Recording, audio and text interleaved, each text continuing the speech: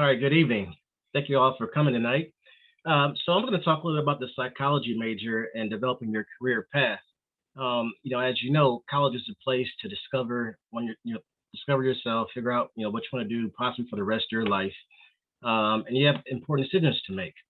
Often students are undecided about their lifelong career choices, and sometimes they just go to school with a blind faith thinking that things are going to work themselves out, hopefully. And so many people will obtain a degree without a real plan. And for some degrees, you can get away with that. But psychology takes a little bit more planning, particularly given the path of psychology that requires a little bit more advanced degrees in most areas. So one of the things that you think about is that if you're working in the field as a psychologist, there are many areas that require a particular degree to use the techniques and the training that you actually receive. And so it's important that you think about some of these choices early on without just going to school blindly. So the slide that we have next here is the career path. If you think about the career path of the average person who goes to school, every year there are 17 million people attend college. And of most of those, will go to school without going on to a professional degree. Many of them will go on to get professional degrees, and many of them will undoubtedly major in psychology. About 6% major in psychology. And as you can see here, based on this right here, it shows that overall within the marketplace, there are about almost 4 million people who major in psychology in general. And of course, many of them are in the workforce. There are many pathways that psychologists can take. I shouldn't say psychologists because the term psychologist is really reserved for those who have an advanced degree, but those who major in psychology oftentimes are in the workplace as well. And so you can see right here, based on this pathway, that many people out there who obtain psychology degrees, just a bachelor's degree, work in certain areas. Many of them will go on to obtain a higher degree. There's about approximately 1 million, or 30% of the students who major in psychology will go on to advanced degrees. And you can see many of them will go on to get their master's degree, and it kind of narrows down like a funnel as you go along a little bit. Less and less will get advanced degrees, but that's because it requires a little bit more dedication, a little bit more focus. However, it's more rewarding as you go along this particular program right here.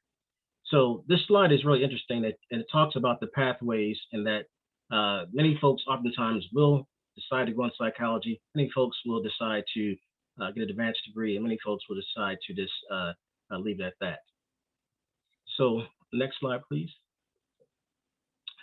So right here is a slide in terms of the pathways for those who obtain a bachelor's degree. As you can see, in 2019, it's estimated that about 1.5 million people enter the workforce that hold a bachelor's degree in psychology. And of course, many of them will hold jobs. Research suggested that out of the 129 different sectors, 88% of those, 88 people, or 88 parts of that 129 are in different occupations or different categories. As you can see, there are many places that you can think about, and many of them don't have the title psychology. You can work as an accountant clerk, you can work as an administrator, marketing, sales. Many work in teachers, as teachers. Teachers is actually one of the most popular areas of employment for psychology majors. People work as counselors, social workers, you name it. But you can see that there are a lot of opportunities for those who have a bachelor's degree in psychology. The next slide shows those who decide to have a master's degree, okay? Those who decide to move on to further the degree.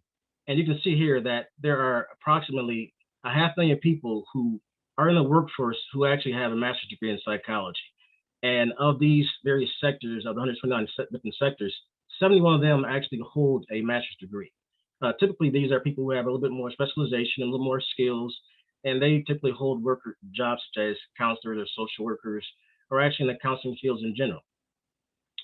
The next slide actually talks a little bit about the highest level for those who decide to get a degree in psychology. And these are the professionals, the PhDs, the doctors who will work in this various market. As you can see, that there's close to 205,000 individuals who actually hold a degree in psychology at the PhD level. and they hold over half of the service sector jobs out there. And most of them work in higher level areas such as psychologists. Many of them work within academia, um, private practice. And so there's a host of opportunities for those who actually have a degree in psychology at the PhD level. All right. The next slide. So here are just some examples of the term psychology that you see in bachelor level career paths. Oftentimes, you will not see a title of psychology. You will see other type of terms such as management, sales, marketing, public relations, those who work in social work, education or teaching. These are common titles that you will see that people who have degrees in psychology will often have positions in these various areas.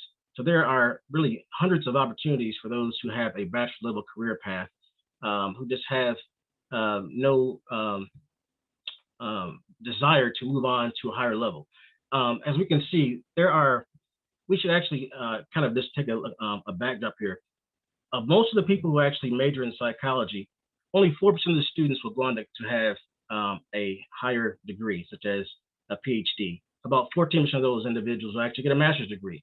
So overwhelmingly, most people who have a degree in psychology will likely have a bachelor level degree and most likely will have opportunities to work in these various areas. There are plenty of opportunities to work in these various areas. Next slide. Oftentimes, for those who have a graduate level degree, there are a little bit more choices available in terms of their occupation. These are usually more highly skilled jobs because of the training that encompasses the background for these individuals. Many of them will work as mental health services, probably the most popular area that psychology majors want to kind of go into. That is working with people, wanting to help people in schools, within mental health clinics or facilities. So common areas right now are marriage and family therapists. We have people who work also in health services as nurse practitioners. And a lot of people actually will decide to do research. I should say a lot of people, but those who are in the higher level degree areas will oftentimes choose to work in academia, either as a psychologist doing research or in some cases a combination of both. Many of our psychology graduate level path holders work in other applied areas outside of psychology. That is, they'll use their training to work in the applied area outside of psychology. Typically, you see that in IO psychology. Those other titles such as engineering or human factors. These are jobs where the background of psychology is very helpful in these various areas, particularly in business or in some kind of consumer product. Sports psychology is very big right now. And of course, there are other unique niches in the field that people oftentimes will work in, such as public health or administration. There are a host of opportunities there. Next slide. Oftentimes, I think of the approach as being the path less traveled. Just because you get a degree in psychology doesn't mean that sometimes that you're going to stay in that particular area, that field. Oftentimes, individuals will go into school for a unique training. So, for example, this first person here, Kristen Ralph Bayer, actually has a background as a PhD in neuropsychology. In fact, she was at UAD Children's Hospital. She went to school at UAD and worked at Children's Hospital in Detroit, but then switched her specialization later on with working with violent crime and became a specialist for the FBI. Laura Hellmuth was a person who was a background in biology. Okay, she was a biopsychologist, but had an interest in doing journalism, and actually became a writer for many programs. Some other examples is Stephen Williams, who was a clinical psychologist from Johns Hopkins University, who changed his background into doing marketing and research, more of the IO or more of the applied area. Marissa Reddy was a forensic psychologist who did a lot of evaluations, but as we all know, with the increase in school shootings, became a specialist, okay, in studying the background of school shooters. So as you can see there, those are just a few examples, but there are many more examples of people who have a unique training in psychology, but oftentimes, because of unique skill and training, oftentimes go to a different area to use their expertise. So the next slide here, and how am I doing on time here? Am I over my time limit? We're good right now. Okay. So for sake of time, I'm not going to make sure that I don't go over the allotted time here. But so one of the things that people oftentimes ask is, should I major in psychology? Now, of course, when you consider that question, you oftentimes think about what kind of job that you are going to be working in.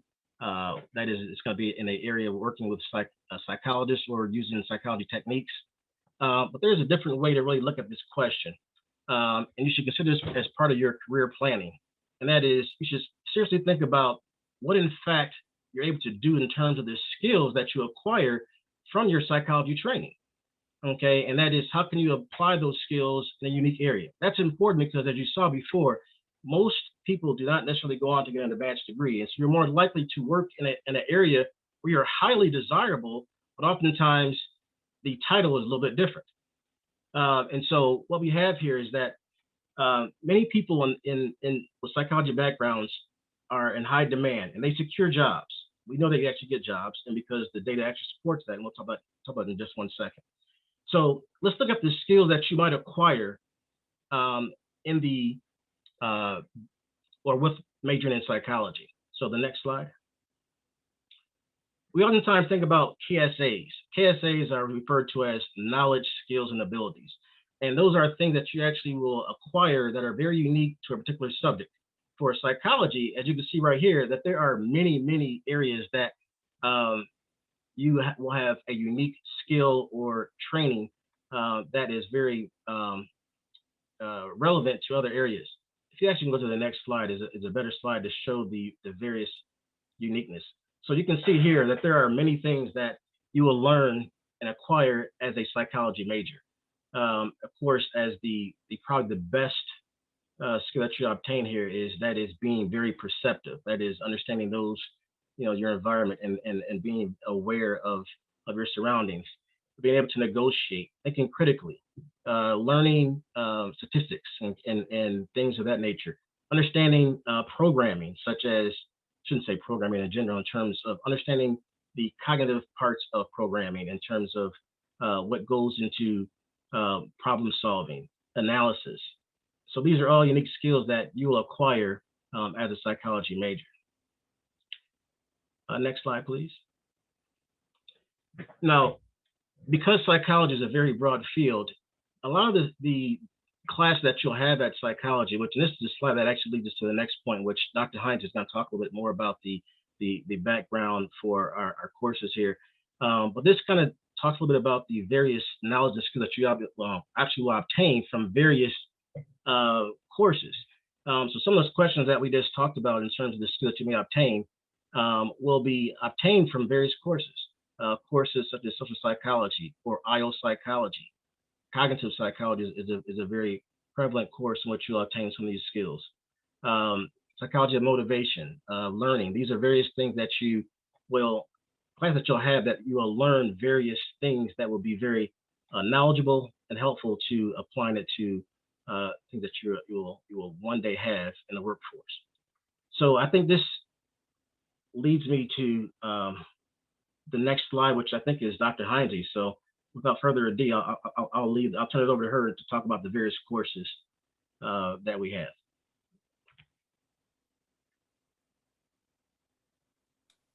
You're on mute there. Sorry, Hillary, we can't hear you. I think you're on mute, Hillary.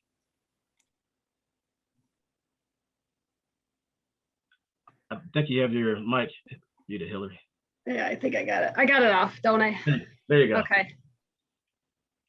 So in addition to knowledge, your psych major will also provide you with a range of skills. And I'm not going to read through all of these, but take a look at the different skills that you gain through a psych major and how that can map onto all those careers that Dr. Bellamy just presented. Just predicting human behavior and mental processes. That transcends across careers. Administering, interpreting tests, gathering and organizing information, speaking articulately and persuasively, writing proposals and reports. Any courses that have those presentation and writing opportunities will develop those skills. Next slide. And then abilities, the third, knowledge, skills, and abilities. These are more personal qualities that you strengthen as a psych major. Being adaptable, a leader, ethical decision-making, professionalism, cooperating, collaborating in teams, being innovative, new ideas to address problems, and as Dr. Bellamy talked about, perceptiveness, attention to detail. Next slide, please. So yes, the psychology degree, should I major in a psychology? Yes, the psychology degree provides a solid foundation of the knowledge, skills, and abilities for a wide range of careers, hundreds of careers. But the degree alone will not guarantee you the job you desire. What is important is to develop those marketable competencies, secure academic and extracurricular opportunities that strengthen your academic foundation and provide that field-specific knowledge, those skills, experiences, and abilities. Next slide. And the psychology major at University of Michigan-Flint will allow you to do just that. You know, how we structured the program, our faculty, our curriculum, the resources and opportunities we provide will assist you not only in formulating your goals, but achieving them, whether you are going into graduate school in psychology or something vastly different. First, we have faculty. Yep, still on that one. First, I want to emphasize that we have faculty that are experts in their discipline. They've studied, researched, published, and practiced in their respective fields. For example, everybody thinks of clinical psychology, right? Understanding and treating psychological disorders. We have faculty with expertise in testing or assessment, grief, health and mental health, emotion regulation, but also other fields of psychology, like biopsychology, the interplay between brain and behavior. Dr. Broadbent studies neurological basis of addictive behavior and excessive use of technology that some of us could probably relate to a little too much. And then there's cognitive psychology, thinking, perception, memory, problem solving. Dr. Miller's research focused on rhythmic impairments in Parkinson's disease, and he and students have looked at how exercise mitigates symptoms and improves overall functioning. And then Dr. Molinaro, his expertise is legal psychology, and he studies eyewitness memory and deception. Next slide. Oh, wait, sorry, one more back slide. I'm not ready for that one yet. Okay, so we also, our faculty are committed to student learning and success. Though they're intensively trained and engaged in research, faculty come to University of Michigan-Flint because of their love of teaching. University of Michigan-Flint is committed to student success, and so are the faculty that teach here. Our 13 faculty, not TAs, teach our courses. They work directly with our students, both online and face-to-face. As an undergraduate degree program, we're focused, fully committed to our undergraduate students. So our faculty are revamping content, identifying new teaching methods, developing assessments and assignments to meet the needs of our students. Okay, now you can change it. Our curriculum. Our curriculum and goals are based on the APA guidelines for undergraduate education in psychology. This includes not only knowledge in psychology, but also transferable skills and competencies that Dr. Bellamy mentioned. Think about scientific inquiry, critical thinking, ethical and social responsibility in a diverse world, communication, writing, presentation, interactions with others, and professional development. Not only skills, but also the direction. We have a strong emphasis in research, not only in terms of our faculty, but also what we offer our students in our courses. We have a sequenced methodology courses, beginning with your research methods and statistics courses, and then with more advanced research courses in your areas of expertise, where you could dig deeper into specific interest areas and conduct your own projects. That we have a lot of flexibility, lots of choice. Within each semester, you will see, if you go to the course schedule, multiple sections of our courses, different instructors. You could select those that align with your interests. For example, we have 3 to 4 sections of research methods each semester. And our requirements are not only offered every winter and fall, multiple sections, but often in the spring and summer too.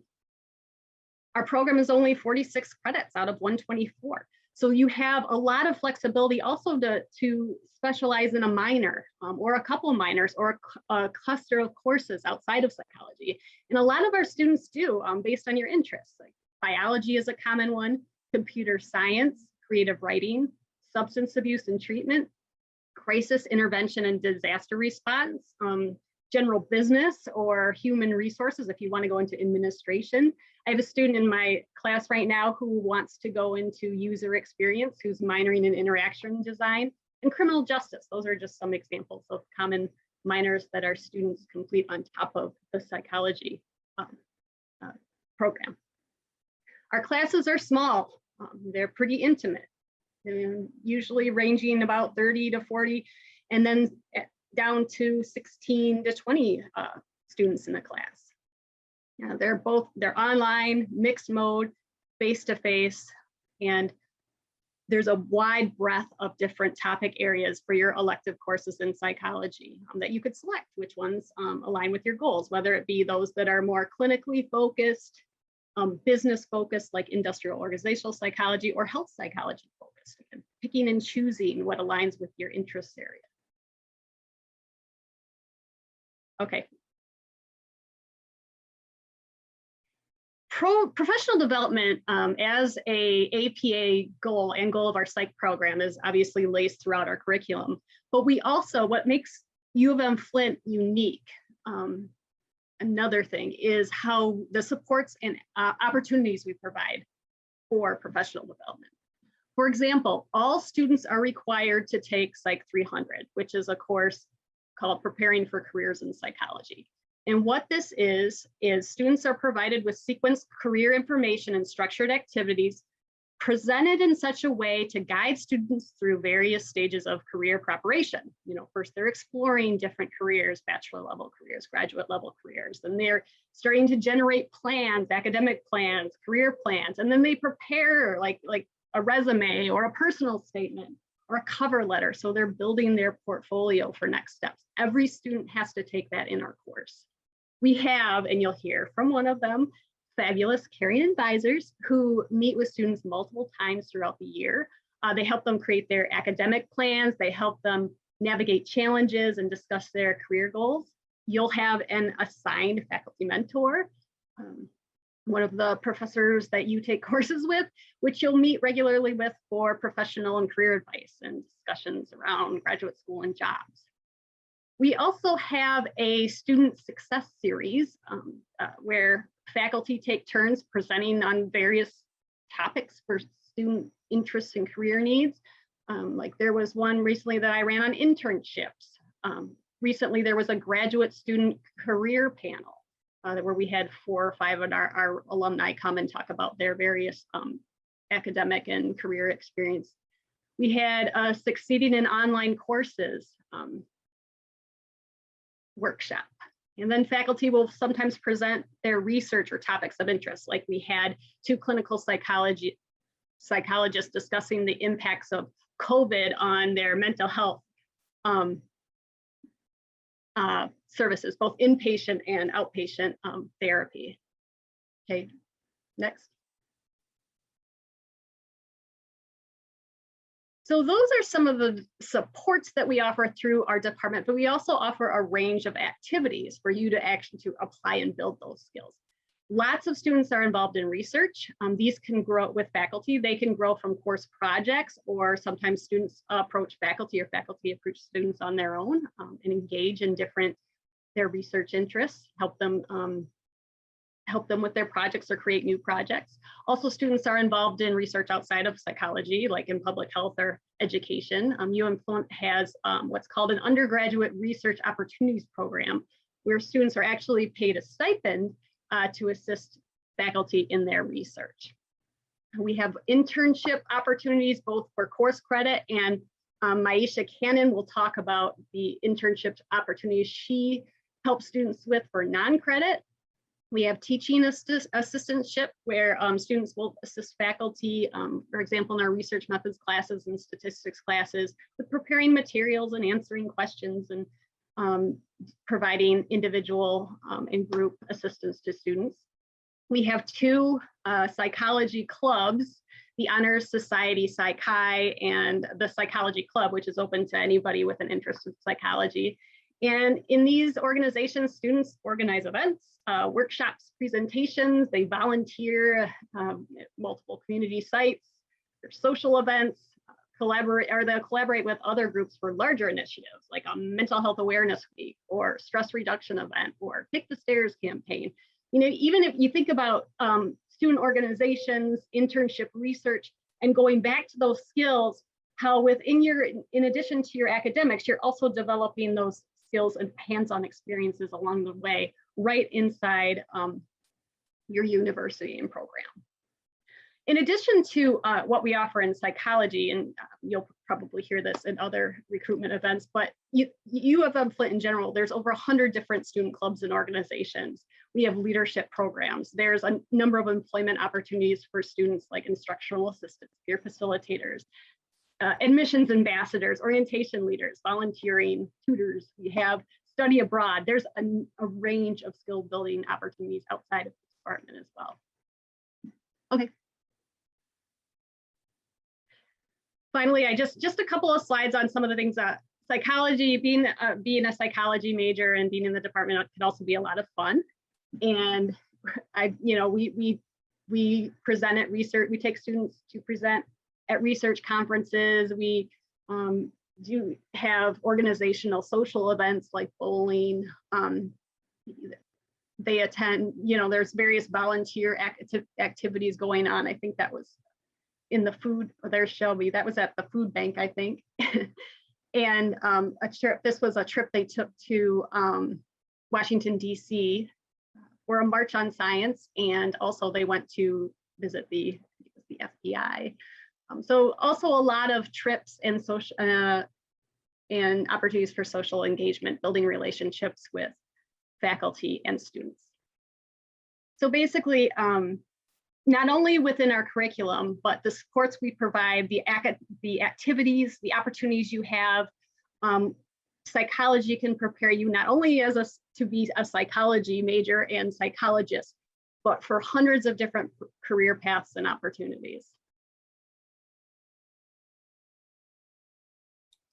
Thank you, Dr. Heinze. And in a few of those photos, we saw Shelby, one of our graduates, and we will get to meet her in just a second. But first, we want to share the amazing opportunities that come with having a dedicated career advisor in the College of Arts and Sciences, of which psychology is a part. So let me introduce Maisha Cannon, our career advisor. Maisha, take it away. Not on mute this time, Logan. Hi there, I'm Maisha Cannon. I am the career advisor for the College of Arts and Sciences, which includes psychology majors. And I'm going to share just a little bit about my role and what you can expect as far as support when it comes to career services. I'll go ahead to the next slide. I know Dr. Bellamy and Dr. Heinze shared a lot of information about the career possibilities as a psychology major. So there's a lot of possibilities, once you get your 4-year degree, and we know that that can be overwhelming and kind of intimidating when you see so many options. So my role as a career advisor is really to help assist you with navigating those options and making a plan and working towards your career goals. As a psychology major, you'll have access to all of our career development tools and resources, including myself. This fall, you'll be able to be a part of our new career development program called the M-Ready career development program, which has been designed with you in mind. It's been designed to help inform and guide you professionally as you are being prepared academically in your courses. So it is designed so that you have some steps each year of your career, so that you're not waiting until last semester of your last year to, start thinking about internships and, what does my career focus look like? We want you to be prepared for graduation and moving right into your career. So we're going to start early with that. I work regularly with students one-on-one and small group advising sessions. And that's a time for us to discuss your goals and explore your potential career interest, talk about internships, job search tools, whatever it is that you want to talk about as it relates to your career and professional development. I work very closely with Dr. Heinze in her class. Many times when students are taking that class, they'll come see me as they're working through their assignments and really digging in and pulling back the layers of what does their career plan look like. As a UM-Flint student, you'll also have access to and are encouraged to participate in an array of career development activities. Each semester, fall and winter, we have networking events, career fairs, employer information sessions, as well as workshops on topics like resume design, networking, LinkedIn workshops, interviewing, job searching, you name it, as it pertains to you developing professionally, being prepared when you graduate. That's our goal. You'll find the topics vary from semester to semester. So you're able to pick and choose, and if you have strengths in one area and opportunities for growth in another, you can find a session that usually fits very well. You'll also have access to top industry resources like Handshake and Big Interview, which are job search tools and interview preparation tools, where students are able to engage virtually in Big Interview, practicing their interviewing skills, answering questions. You are able to record it. Handshake is a great tool for job searching and networking as well. So it's a tool that we use across the campus that allows employers to connect directly with you as a student for internships, full and part-time jobs. And lastly, we're still here to support you even after you graduate. So after you've completed your degree, if you still have questions, still need some guidance, have some things you want to talk through as you're moving towards your career into your first job after graduation, or grad school, whatever the case may be, because we do know that each person's career path is an individual path. We are still here. You still have access to our services for a full year after you complete your degree. Thank you very much, Maisha. Maisha, as she wonderfully explained, is the career advisor, and there are also two academic advisors that are focused on your success as a psychology student with UM-Flint. We have one of them with us today, Nicole Altidy. Nicole, tell the people about what an amazing resource the CAS advisors are. Hi, everyone. My name is Nicole Altidy. I'm one of two, soon to be three, psychology professional advisors within the College of Arts and Sciences. Now it's split up if you're a face-to-face student in one of our programs, either in Flint, at Lansing Community College, or St. Clair County Community College. I work with each of those students, while Teresa Martin works solely with our fully online students. Have the flexibility to do the three, either in a face-to-face setting or in a fully online setting. So it's all students across the United States and across the state. You don't have to live in the area. Advisors are here to kind of help you navigate all of just your college experience. So the biggest thing I think that's in mind in our work with students is just kind of working with you to develop an academic plan. So what classes do you need to take? General education requirements need to be fulfilled. What kind of electives are you going to pursue based on what your goals are after graduation? Your advisor to kind of talk you through all of your options. Like I said, discussing those classes, potential minors, certificate programs that we offer, double majors, all of those things pertaining to that academic plan. And we're going to get you from admittance to the university all the way to graduation. Your professional advisor will meet with you, whether you're a transfer student or a new freshman. We'll go over any transfer credits that you have, any AP credits that you've earned, and really map out an individual plan for every single student, because no two students have the same plan. You can go time, part-time, and we'll really work with you to kind of make sure that your plan and your kind of matriculation through the degree is unique to what's going to work best for you. Outside of course scheduling and planning and things like that, advisors are really there to be your link to all of the campus resources.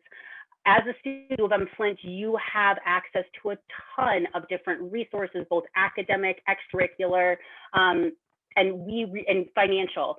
And we really want to make sure that you know how to access all of these different resources. I tell students, our philosophy of advising is we want to be one-stop shops for you guys.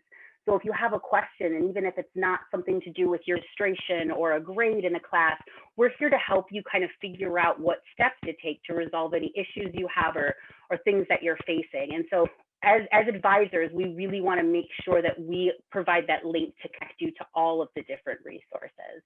I always tell students, as a psych major, you are fully able to contact Teresa or myself with any questions regarding anything. And if we don't know the answer, we're going to get you to someone on campus does. So really utilizing these academic advice services to really help connect you to all of the things that are going to help you be successful as a student. Excellent. Thank you, Nicole. Thanks, Logan. And now we go to a very exciting portion of the event where we get to talk with a graduate of the psychology program. I saw that Shelby was able to join us. I think that Ja'Cory may have been having some technical difficulties, but Ja'Cory, if you're in here and you slip past me, be sure to speak up. But let's start with introducing Shelby, and I'll let her do that. So go ahead and tell us who you are, when you were with UM-Flint, and what you're doing with your degree now. All right. Well, I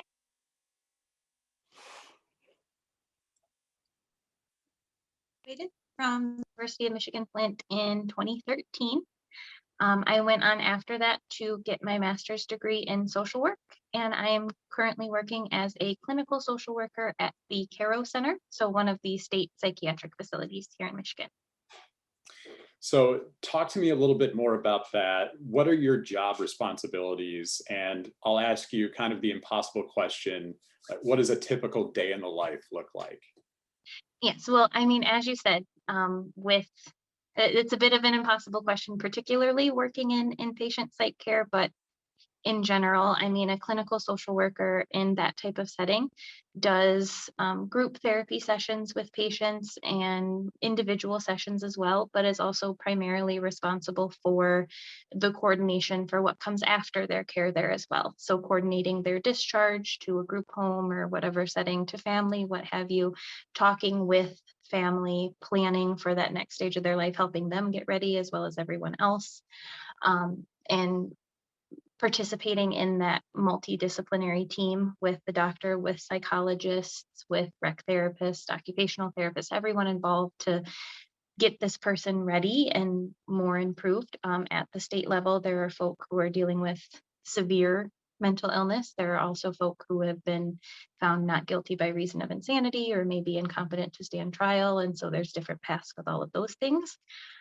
A typical day, more so maybe a typical morning, and then things tend to go sideways. But, you know, you'll start with that report in the morning, kind of catching up on how have these patients been, what new things are going on, new behaviors, things like that, with the whole team together. And then we move into those group therapy sessions. And then from there, a lot of that work is that coordination with other folk, talking with community mental health agencies about finding placement for these folk, talking with the patients themselves, helping them get ready for that next stage, be it court or home or what have you, supporting families, helping them understand a little bit more about mental illness, about the outcomes for people, and of course then also dealing with the chaos that can come in that setting, responding to restraints or dealing with certain behaviors or doing that piece of the chaos that can come along as well. It's fair to say that it's never a dull day, I'm sure. That is absolutely fair to say, yes. So when you think back to your time as a psychology student with UM-Flint, what memories stand out to you? What was most important about your experience? I think Dr. Heinze really kind of touched on something huge when she talked about the faculty there. When I think back to some of the biggest experiences I had in earning that degree, it was having those experiences with a number of faculty, seeing folk who so many of them had jobs and other roles that they fulfilled and they taught because they really valued the profession and valued educating more people, but they were doing stuff in their own field, be it outpatient therapy, be it research, be it forensic work, whatever it is, having that opportunity to learn from them and see their passion in the field really cemented a lot for me as a college student trying to figure out, what do I want to do? How is this going to work out? It meant a lot to see this broad range of people who were not only teaching about what they really enjoyed about it, but also living it. And as a social worker, you're one of those psychology majors that went on to earn an advanced degree. So talk to me about how all those wonderful experiences that you were able to gain through the connections with professors and everything else at UM-Flint, how did that prepare you for the next step? Talk me through like that time after graduation to, landing in your career pathway. So a lot of my experiences as an undergrad colored my readiness for grad school in a number of ways. The opportunities I had to do research with psychology professors on campus helped to strengthen my grad school application, but a lot of it was also some of the field opportunities, the internships that they spoke of, those opportunities to actually get out and see what life is like in psychology fields helped me kind of narrow things down, figure out stuff that I was looking for. And some of those courses that we had, which I'm really excited to see a lot of how that's developed more to help prepare people more for that, to consider sort of the broad range of options that can exist for someone with this major and the things we can advance toward. For me, as I went through, I got really more and more interested in that clinical piece, that therapy piece, the forensic piece. And so as my opportunities continued to move forward, I was able to continue to work sort of in that path. But a lot of it was also, trial and error, which is the nice thing of some of these more hands-on opportunities that can come in a degree like this, to try out something and see if you like it. Careers I've done since getting this degree, with my bachelor's, I was working as a case manager for people who are living with HIV. And so starting at that level in a field that I never would have necessarily seen in a job listing and gone, oh, that's something I want to try, but really loved it for a long time, moving into inpatient psych, which again is something that I didn't necessarily understand, but something I really fell in love with once I got to do it. And so having those opportunities to try things out made all the difference for my career, because I wouldn't have known walking through that door day one that this was the role I would be so happy to fill years down the line.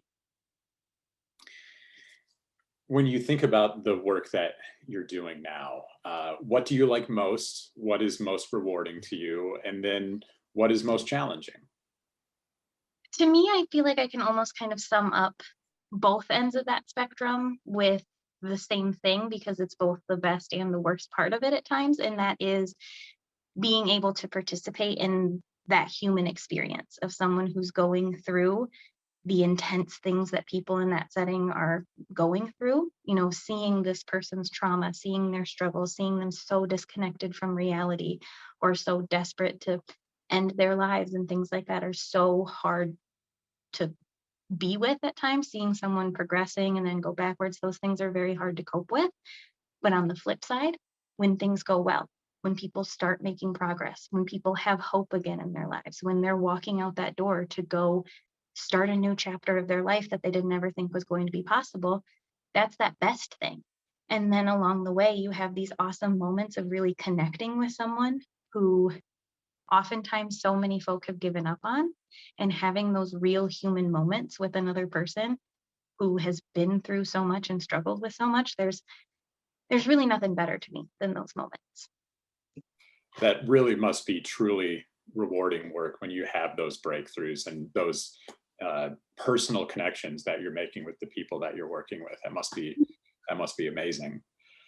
For students or prospective students who are interested in psychology and still thinking about what exactly is the right path for them, what advice do you have for future psychology majors in thinking about their careers?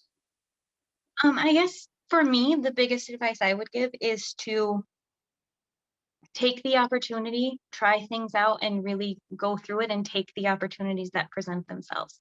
You know, when I started at UM-Flint, I was a first generation college student who, you know, my family didn't really understand what I was doing or why. And coming there and having the opportunities that I had with professors to try out different kinds of research, to have certain field opportunities in the community and things, those helped me learn what it is that I wanted to do that I didn't necessarily know going in. And so it's okay to not know going in, but you can still have incredible experiences, gain a lot of those skills and those knowledge bases that can help in whatever career you go forward with if you seize the opportunities as they come along. Well said. And I didn't mention this at the start, but I'm also an alum of UM-Flint, and Shelby and I were actually in a few classes together. So if getting outside of the psychology experience, what were some of your favorite things about UM-Flint outside of the psychology department, if you can think of any of those? I mean, to sum it up simply, a lot of my time at UM-Flint like made me the person that I am today. There was so much, I mean, being a first generation college student, being from a fairly small town, you know, there was a lot I didn't know about the world, and I was able to grow up in a lot. And that campus experience to me, even as someone who lived off campus and commuted, I was still able to have a really awesome campus experience. You know, hanging out with people in between classes, participating in certain organizations. There was always stuff going on with various clubs and events and things like that. And I really valued the people I got to meet and the other just day-to-day life experience that I was able to have, even not being an on-campus student, because certainly starting out, I worried a lot that I wasn't going to get that piece of that experience, having to live off campus, but that wasn't how it was at all, that I really got to meet a lot of people and have a lot of great memories just by being there and participating in the day-to-day life. Absolutely. Yeah, campus is vibrant, and it's really easy to find your people at UM-Flint because it's small enough to where you see folks and you get to know them, and you get your group at UM-Flint. Absolutely. It's diverse enough that you get to meet a whole lot of people who might challenge you and strengthen you in a number of ways, but still small enough that you're not lost in a sea of folk that you'll never see that person again. Yeah, they were cool, but you'll never find them again because they spend most of their day 12 miles across campus. Very good. So we will finish up with some next steps and some contact information, but I just wanted to open it up to questions from the group that we have here today. Feel free to put any questions in the chat, and we have a platoon of resources here in this meeting, so we should be able to find the answers that you're looking for. Another follow-up question for you, Shelby, as maybe people are typing out their questions. You mentioned like hands-on experiences where you were working like directly in the community, and can you expand a little bit about what that looked like? Yes, so in Dr. Heinze's class, actually, we in her, it was a clinical community psychology course at the time. I don't know what that looks like these days, but there was kind of a opportunity where we'd work for, I think it was about a week with an organization in the community. At that time, we were working with an initiative in Clio that had some like healthy community initiatives going on. And we got to work with them on a project they were doing. And then as part of that course, we actually got to expand upon that and kind of make our own idea and proposal that we could share with them. Our particular group, the organization we were working with, actually took on the project we suggested and kept working with it. I went on to internship with them in a following semester. So kind of having some of those shorter term opportunities was really cool to just kind of dip your toe in, because I'll be honest, I was nervous about the internship idea and trying to commit that time and resource and energy to something like that. So it was nice to have kind of those shorter term experiences and then see, hey, this is actually really cool and I am learning a lot from it, to be able to move on to some of those longer term commitments of internships. And with earning your Master of Social Work, obviously applying to graduate school is something that many people that are on this chat today might be considering for the future. Talk to me a little bit about the graduate school application process. What was stressful? What was easy for you? Just give us a preview at that. So I mean, I will be honest that by and large, the process of the GRE was something that was very intimidating to me, and in some ways kind of influenced me to shift toward the social work degree, because you didn't have to take the GRE for that, and to intimidate me a little bit. For our guests today, the GRE is it's the graduate record exam, I think it stands for. It's kind of the basic exam that you take when you're applying for a lot of graduate programs, and it can be intimidating for sure. Yes, and so that partially influenced me, as well as kind of a interest in having my master's degree as something that was a little bit shorter term than a doctorate to steer me in that direction. But the process, honestly, I feel like I spent a lot of time hyping myself up in fear of that situation, but it wasn't altogether that different from an undergraduate experience. You know, sharing some of the things I'd done in college, sharing some of those experiences and how they built me up. But the application process was really pretty similar for this particular field, which was nice to kind of find out, because I definitely hyped myself up more thinking that it would be much more competitive, and certainly in some fields it can be, but it didn't feel all that different in that process. This is a question for Shelby and our professors that have joined us today. I wonder if we could talk a little bit about like putting social work in the context of like the spectrum of careers in psychology and related and allied fields. How does that fit into the mix of what we're talking about here today?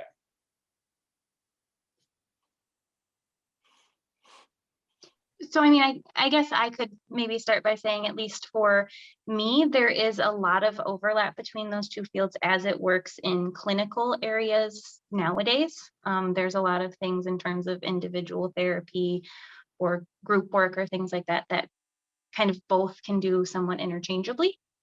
In a broader field, I think there are, when you're looking at areas of research, testing, those types of areas are more so psychology oriented, and maybe less so things that social work dabble in. And social work also works more with some of that discharge planning, case management, resource connection piece that maybe psychology doesn't dabble in as much. But there's definitely kind of a Venn diagram there where there's some overlap in the middle. Very good. If I'm not seeing any questions come into the chat here, so let me pull up the PowerPoint again, and I'll have some contact information for you. And I also know that one of our wonderful admissions counselors, Hannah, has joined us today. Hannah, do you want to take a few moments to talk about the admissions process and next steps? Yeah, absolutely. So hi, everyone. My name's Hannah Schubring. I'm one of the admissions counselors here at U-Flint. I work with first-year students. So if you haven't applied yet, you can apply right on the U-Flint website. It's completely free to fill out our application. We are rolling admissions, so technically that means there is no deadline. We are still offering our first-year merit scholarships as well as transfer scholarships. You'll also want to make sure that you submit your FAFSA to U-Flint. So if you have financial aid questions, our financial aid office is amazing. They offer virtual one-on-one appointments. We're offering on-campus tours as well. So if you're interested in coming out to campus for a tour, you can do that. And then just another thing to note, so even though we are working remotely, we're all still here to help you through the admissions process and your next steps. So I will go ahead and place some helpful links in the chat as well. And then as Nicole said, so if we don't have the answer to something, we can put you in contact with someone who does. So thank you. Thank you very much, Hannah.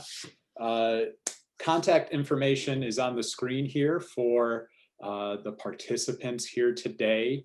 And I just wanted to thank everyone for joining us. UM-Flint is really, I'd like to describe it, it's a great marriage of opportunity and access.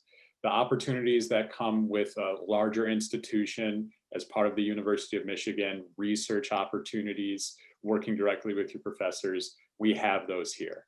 And you have access to them because we are a smaller campus. If you were to come here and major in psychology, you would meet Dr. Heinze, you would meet Dr. Bellamy, you would have regular meetings with Nicole, you would be able to talk with both of these professors after class via email. You would have direct access to them to talk through any issues that you might be having in the course and your plans for the future. As Shelby and I can attest, it is really a unique, special community, and it's formed us into the people that we are today. So I want to thank everyone again for being here. You have our contact information if you'd like to reach out with some more questions, and go Blue.